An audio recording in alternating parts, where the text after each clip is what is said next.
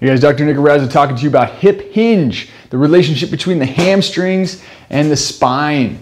Okay, so this is a really important concept to understand to protect and not wear out your low back or your middle back for that matter. When we have tight hamstrings and poor mechanics at bending at the hips, what happens is we go down to pick something up, the hamstrings lock, they don't allow any more flexibility, and then we start to round our spine to pick that thing up like that. Oh, we're using our spine like a fishing pole. So there's two parts to this in learning how to do it safely. Okay, there's one is actually lengthening hamstrings.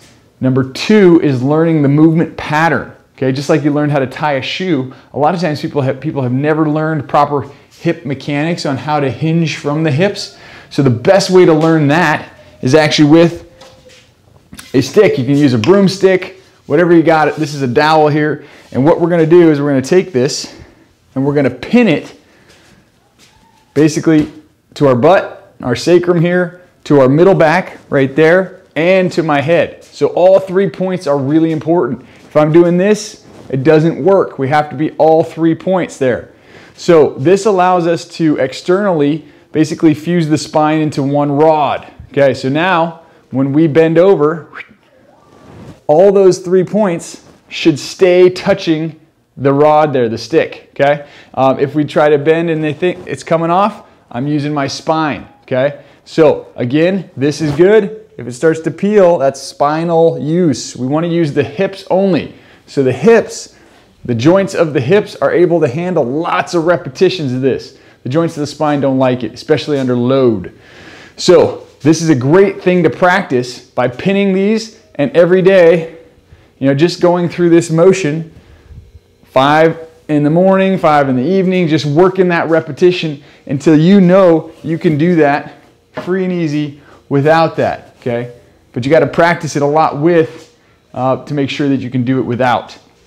Once you think you can, you want to look in the mirror and try to hip hinge and make sure that you're not rounding your spine at all. So that's the neuromuscular connection, the coordination aspect.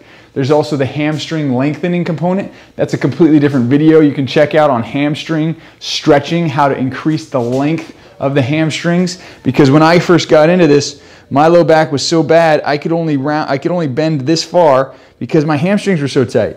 So it took time and effort, but I was able to add about 6 or 8 inches to the length functionally to my hamstring, taking a lot of pressure off my back.